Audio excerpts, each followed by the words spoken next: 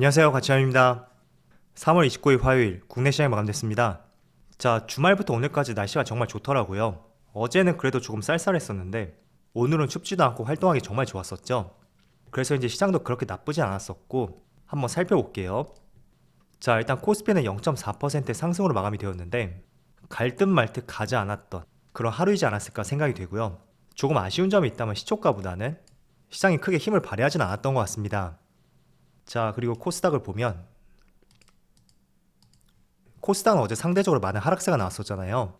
그런데 오늘은 1.1% 상승이 나왔고 코스피는 그래도 시초가를 회복하지 못했다면 코스닥은 시초가 그 이상으로 종가가 최고가에서 마무리가 되었습니다. 그래서 오늘 시장 모두 다 나쁘진 않았는데 그래도 보다 코스닥이 조금 더 나았다, 그렇게 정리를 해볼게요. 자, 그리고 시가총액 상위 종목들을 한번 살펴보면 먼저 코스피, 오늘은 크게 빠진 종목도 없고 그렇다고 해서 크게 상승한 종목도 없었던 그냥 무난했던 시장이었던 것 같아요. 그렇지만 빨간불을 보여준 종목이 더 많은 만큼 나쁘지 않았던 시장이었다고 생각이 되고요. 그리고 코스닥은, 자, 코스닥은 오늘 전 종목이 강세를 보여주었어요. 특히 2차전지 소재 기업들, 에코프로비엠은 2%, LNF는 5%, 그리고 첨보는 6%의 상승을 보여주면서 오늘은 다른 업종 대비 뚜렷한 강세를 보여주었던 대표적인 업종이었습니다. 그리고 오늘뿐만 아니라 최근 들어 2차전지 쪽이 정말 강세를 보여주고 있잖아요. 그래서 그 연장선이라고 보시면 좋을 것 같아요. 자, 그리고 오늘 코스피의 수급을 살펴보면 외국인의 3거래일 연속으로 순매도를 보여주고 있지만 기관 쪽에서 3천억 규모의 순매수가 들어왔고, 그리고 코스닥을 보면, 자, 코스닥은 오늘 기관과 외국인의 대량 순매수가 들어왔습니다. 지금 보시는 것처럼 외국인은 코스피보다는 코스닥 쪽에 많이 매수세를 보여주면서 확실히 이쪽에 집중을 했던 것 같네요. 자, 그리고 4거래일 만에 7만원을 다시 돌파했던 삼성전자, 외국인의 순매도 규모는 조금 줄어들었고 오늘 기관 쪽에서 매수 물량이 상승세를 견인했던 것 같습니다. 자, 그리고 최근에 정말 강세를 보여주고 있는 LG에너지솔루션, 어제는 한 차례 모처럼 하락세가 나왔지만 다시 한번 강세로 돌아서면서 기관과 외국인의 많은 순매수도 들어왔고 여전히 좋은 모습을 보여주고 있습니다. 자, 그리고 삼성과 SDI도 마찬가지로 상승이 나왔지만 다소 아쉬운 점이 있다면 외국인의 매수세, LG에너지솔루션에 비해서는 적극적으로 매수세가 들어오진 않고 있습니다. 그렇지만 기관 쪽에서 여전히 강한 매수세를 보여주고 있는 만큼 분명히 외국인도 매수로 돌아서는 시점이 있을 거예요. 이 부분은 조금 시간을 두고 기다려보시면 좋을 것 같고, 자, 그리고 카카오도 며칠 동안 보합을 유지했었는데 오늘 모처럼 한호까지만 그래도 상승을 보여주었어요. 그리고 기관과 외국인의 많은 순매수가 들어왔죠. 자, 이어서 주체별 매매 동향에 대해서 살펴보도록 하겠습니다. 3월 29일 외국인이 가장 많이 매수한 종목은 LG에너지솔루션, 안랩, LNF, 우리금융지주, LG생활건강, 이렇게 다 종목을 순매수 상위종 올렸습니다. 그리고 기관은 삼성전자, SK하이닉스, LNF, 카카오, LG에너지솔루션, 이렇게 다 종목을 순매수 상위종 올렸습니다. 반도체하고 2차전지를 많이 매수했네요. 자, 이어서 글로벌 증시의 흐름을 살펴볼게요. 어제는 다시 한번 미국 증시가 강세를 보여주었어요. 지금 나스닥을 보시면 1.3%의 상승이 나왔고 3월 FMCA 당일날 저점을 형성하고 그 이후로 다시 한번 고점을 높였었죠. 그리고 S&P 500도 0.7%의 상승과 함께 비슷한 모습이 나오고 있죠. 또 다우지수도 강보합으로 마무리되었고 필라델피아 반도체 지수도 마찬가지로 0.6%의 상승을 보여줬습니다. 그리고 다른 아시아 증시를 보더라도 일본 니케이가 0.7%, 대만은 약보합, 그리고 중국도 약보합을 보여주고 있네요. 그래서 일단은 니케이를 제외하고 다른 아시아 증시는 어제 미국 증시의 좋은 흐름과 다르게 약간 아쉬운 모습을 보여주는 것 같습니다. 자, 그런데 어제 미국 증시가 크게 상승이 나왔던 것이 약간의 교착 상태에 빠졌었던 우크라이나와 러시아의 5차 평화협상이 오늘 밤 터키에서 개최가 된다 라는 내용이 발표가 되었고, 이런 합의 도출에 대한 기대감이 시장이 반영이 되어서 어제 장중에 미국 증시의 흐름이 다시 한번 크게 상승이 나왔다고 이해를 해보시면 좋을 것 같아요. 자, 그런데 아직까지는 정확한 날짜에 대해서는 조금의 의견 차이가 있는 것 같아요. 그래도 어쨌든 간에 빠르면 오늘 재개될 가능성도 있고 실제로 휴전에 대해서도 그 어느 때보다도 가능성이 높아진 때인 만큼 협상 타결로 인한 인플레이션 한풀 꺾을 수 있는 좋은 시점인 것 같습니다. 자, 그래서 오늘 유가하고 가스 가격도 많이 하락을 했어요. 그런데 반대로 국내 시장은 그렇게 좋은 모습을 보여주지 못하고 있는데, 자, 다른 한편으로는 생각보다 이른 시점에 경기 침체 신호가 오고 있다, 이런 기사도 있습니다. 제가 과거에 몇 차례 말씀을 드렸었는데, 아직까지는 경기 침체에 대해서 걱정할 것은 아니지만 우리가 하반기쯤 되었을 때, 그때는 2023년에 경기 침체에 대해서도 한번 염두를 해봐야 되고, 정말로 이게 경기 침체로 이어질 수 있는지 여러 가지 지표를 체크해 보면서 하반기부터는 내년 시장을 대응하자고 말씀드렸습니다.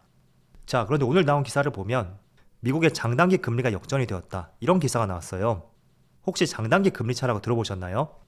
통상적으로 장단기 금리가 역전이 된다면 경기 침체 신호로서 많은 학자들이 예상을 하고 있거든요.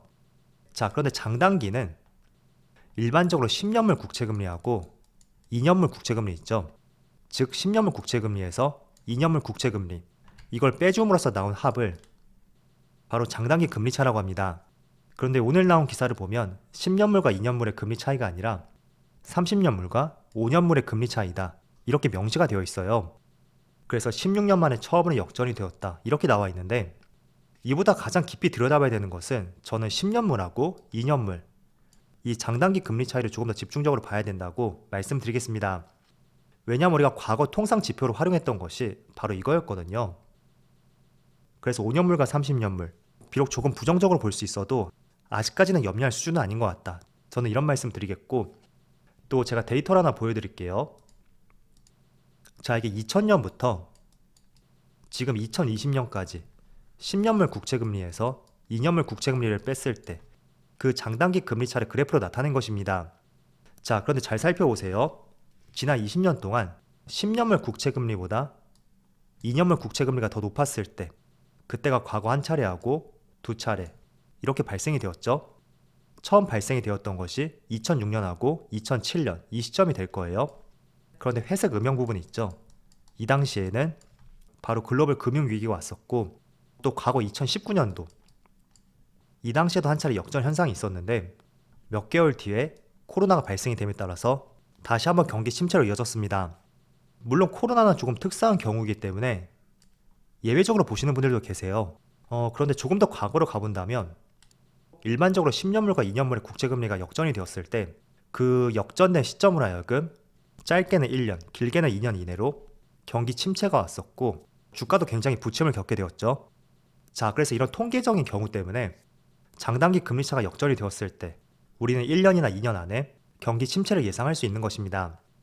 자, 그런데 지금 시점을 보면 역전까지는 아니지만 거의 역전하기 직전이다, 이렇게 볼 수가 있고, 그 때문에 시장을 비관적으로 보시는 분들은 머지않아 장단기 금리차가 역전이 될 것이고, 과거 통계를 봤을 때 빠르면 2023년에 세계 시장의 경기 침체로 이어질 가능성이 높다, 그렇게 의견을 제시하는 것입니다.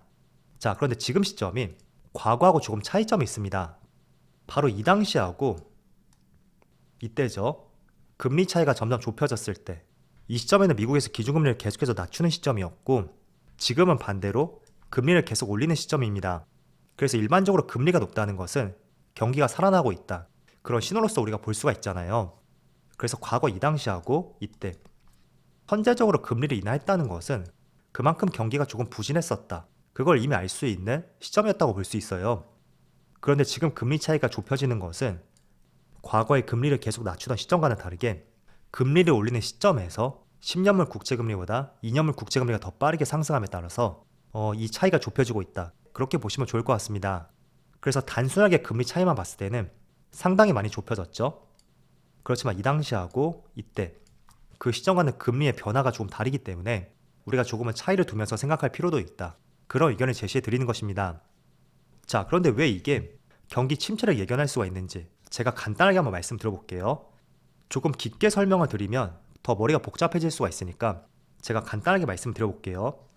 일반적으로 채권 시장에서는 돈을 빌려 쓰는 기간이 길수록 금리가 높게 설정이 되어 있습니다. 왜냐하면 만기가 길어질수록 돈을 뗄 가능성도 있고, 이를 고려했을 때 이자율을 더 높게 쳐주는 경우가 있거든요. 그런데 2년물보다 10년물 장기 채권 금리의 수익률이 낮아진다는 것은 그만큼 미래의 투자 자금의 수요가 줄어들 것이라는 예상이 반영이 되기 때문에 장단기 금리차가 역전되는 것이고, 그게 몇 년 안에 경기 침체로 이어지는 것이다, 그렇게 보시면 좋을 것 같아요. 자, 그런데 제가 조금 전에 강조해 드렸듯이 지금 이 논리 같은 경우에는 과거 이 당시하고 이때 미국에서 기준금리를 계속 낮추던 그 시점에서 역전 현상이 발생이 된 것이거든요. 그런데 지금은 금리를 올리는 시점에서 10년물 금리 상승보다 2년물 금리 상승이 더 빠르게 상승하면서 그 간극이 좁아지고 있다. 그렇게 말씀드렸습니다. 그래서 과거에도 그랬으니까 향후 1년 안에 경기 침체로 이어질 것이다. 그렇게 보는 것은 저는 조금 무리가 있다고 생각이 되고요. 때문에 제가 지난주에도 말씀을 드렸듯이 이런 내용들을 하반기로 가면서 조금 더 꼼꼼히 바라볼 필요가 있을 것 같아요. 그래서 지금은 너무 걱정할 필요는 없는 것 같고, 물론 이런 기사가 조금은 걱정스럽게 만들고 있죠. 그렇지만 이러한 부분이 가시적으로 나타나기 위해서는 최소한 3분기 말, 4분기 그때부터 본격적으로 조금 대두가 될 수가 있겠죠. 그래서 경기 침체에 대해서 지금부터 걱정할 필요가 있을까? 이런 생각을 가지고 있습니다. 그래서 장단기 금리 차이, 이걸 설명해 드리면서 우리가 경기 침체를 미리 예견할 수 있는 지표로서 여러분들에게 말씀을 드렸고요. 항상 모든 경우는 그 시점과 상황, 때에 따라 다르게 나타날 수도 있잖아요. 그렇기 때문에 과거에도 이랬으니까 지금도 이럴 것이다. 너무 단정지어 보지 마시고 그때와 지금은 어떤 차이점이 있고 그 차이점을 지금도 동일시할 수 있는지 그런 것도 한번 관찰해 보신다면 좋을 것 같습니다. 그래서 제가 드리고 싶은 결론은 경기 침체 신호, 지금부터 너무 걱정하지 말고 최소한 3분기 말 혹은 4분기 이때부터 많은 내용들을 찾아보시고요. 지금은 전쟁이 종료되는지, 그리고 FOMC에서 금리 인상에 대해서 발표를 했던 만큼 시장이 다시 원상복귀를 하는지, 거기에 대해 조금 더 긍정적으로 볼 수 있는 부분이 많기 때문에 너무 비관적으로 보지 말자 말씀을 드릴게요. 자, 오늘은 전반적으로 시장 금리에 대해서 말씀드렸는데, 일단 오늘 시장은 그동안 정책 관련주로 분류가 되었었던 원전, 건설 이쪽에서 한 차례 조정이 나오고, 반대로 어제 테슬라가 급등이 나옴에 따라서 2차전지 소재 기업들 오늘도 다시 한번 좋은 모습을 보여주고 있습니다. 자, 그래서 지금 시점에 코스피로 볼까요? 내가 저점이라고 인식을 했고 또 그 저점에 다지는 것을 확인했을 때 어떤 종목을 투자해볼까, 그런 고민들이 많으시다면 저는 무조건 최우선적으로 2차전지를 투자하는 것이 가장 적절한 방법이지 않나, 그런 의견을 제시해드리고, 대형주의 움직임이 나는 그렇게 마음에 들진 않는다, 그런 생각을 가지고 계시다면 양극재, 음극재, 소재 기업들이 있죠. 차라리 이런 기업에 투자하는 것이 훨씬 빠른 수익률을 얻을 수 있는 좋은 방법이라고 생각하고 있습니다. 그래서 2차전지의 성장률을 우리가 의심할 수는 없잖아요. 그렇기 때문에 항상 조정 구간이라든지 대외 변수에 의한 주가 급락, 그때는 최우선적으로 매수할 수 있는 업종으로서 한번 고려해보자, 이렇게 말씀드리겠습니다. 자, 오늘은 조금 심오한 얘기를 하다 보니까 굉장히 어렵게 느끼신 분들이 많으실 거예요. 하지만 제가 마지막에 결론으로서 말씀드린 부분이 있죠. 조금 어려웠다면 그 부분을 집중적으로 생각해 보시고요. 저는 여전히 시장을 긍정적으로 바라보고 있고 아직까지는 너무 경기 침체에 대해서는 우려할 수준은 아니다, 항상 이런 입장을 가지고 있습니다. 그래서 이런 지표와 데이터를 제가 꾸준히 보여드릴 것이고, 정말로 조심해야 될 때가 된다면 여러분들께 꾸준히 말씀드릴 테니까 그때 계획을 세워보시는 것도 저는 충분히 늦지 않은 시점이라고 말씀드리겠습니다. 자, 그럼 오늘 영상 여기서 마치도록 하고요. 언제나 여러분들의 성공 투자를 기원하도록 하겠습니다. 감사합니다.